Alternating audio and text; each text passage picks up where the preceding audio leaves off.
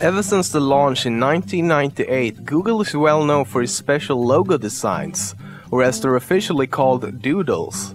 The very first doodle looked like this and was created because the two founders, Larry Page and Sergey Brin, was going to attend a festival and therefore wanted to inform their users that they would be unavailable for the weekend.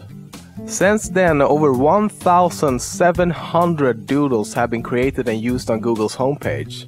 Google's official logo has had a few minor changes as well, and at one point it had an exclamation mark at the end, similar to the Yahoo logo. Even though Google is arguably the most important internet service in the world, the homepage, which is using the HTML5 markup language, contains 23 errors in the code. If you don't know what this means, don't worry, the errors won't cause you any trouble, however it could and definitely should be fixed. Google was originally meant to be called Backrub because of how the system handles search results, and at one time it was suggested to call it the What box. It was later changed to Google, which is the mathematical term for the number 1 followed by 100 zeros. However, because of a misspelling, Google became Google, and the two creators decided to use that instead. In 2009, a programmer at Google accidentally blocked every website in Google's index, and thus practically putting a halt to the whole internet for almost an hour. The problem occurred when a programmer entered a / in Google's registry of blocked websites.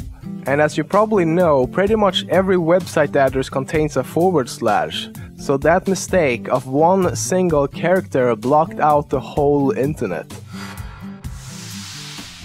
Don't be evil is the unofficial corporate motto for Google. Google employee Paul Buhay, also the creator of Gmail, suggested a slogan at a meeting in early 2000. He later explained that the slogan was sort of a jab towards other companies and competitors at the time that they felt were kind of exploiting their users to some extent.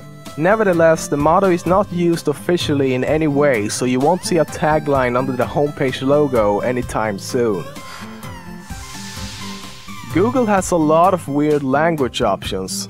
For starters, it's available in Klingon as well as Leetspeak, Pig Latin, as a pirate and as a character Swedish chef from the Muppets. You can also make the Google Translate service beatbox. Yeah, you heard that right. Here's how.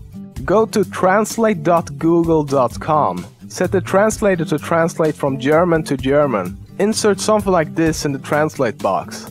Click the speaker symbol to listen. Be amazed.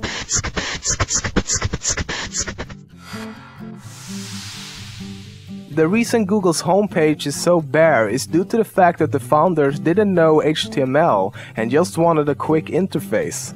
In fact, for a very long time, Google didn't even have a submit button, and the only way you could search was by hitting the enter key. Google has quite a lot of Easter eggs and hidden features. Here are some examples. If you search for askew, the whole page will tilt slightly to the right. When searching for answer to life, the universe and everything, Google will bring up the calculator and display the number 42. It's a reference to the book and movie The Hitchhiker's Guide to the Galaxy.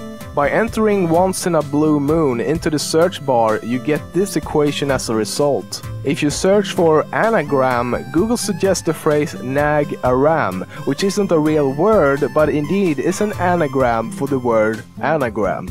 If you hover over the infamous I'm feeling lucky button, it changes to say something else, such as I'm feeling wonderful.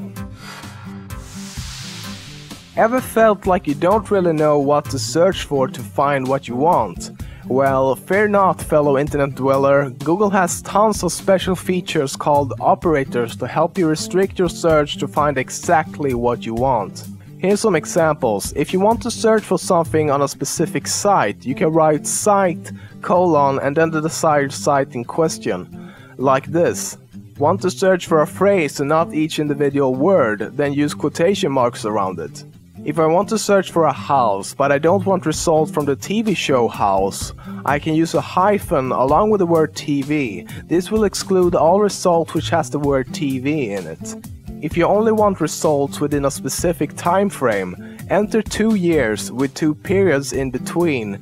If this isn't what you need, there's a lot more of them. Go to Google and search for Google operators to find what else you can do.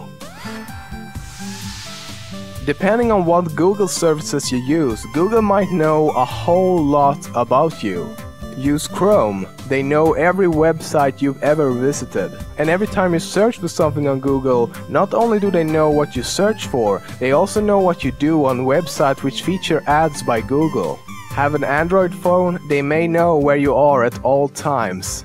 They may have all of your sent and received emails, your appointments, and even your last known location. They know what you're watching and whom you're calling. They may even have photos of you, which includes face recognition technology that can automatically identify you and your friends in new photos.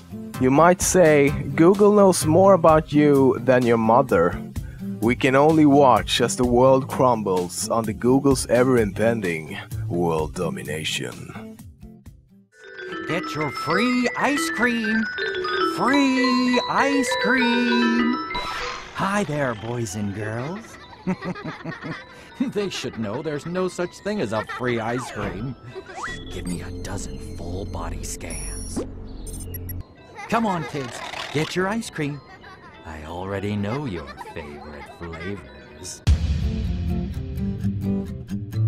It's okay if you don't wanna sing along, but if you do, I promise you, you will feel like you belong. Don't get me wrong.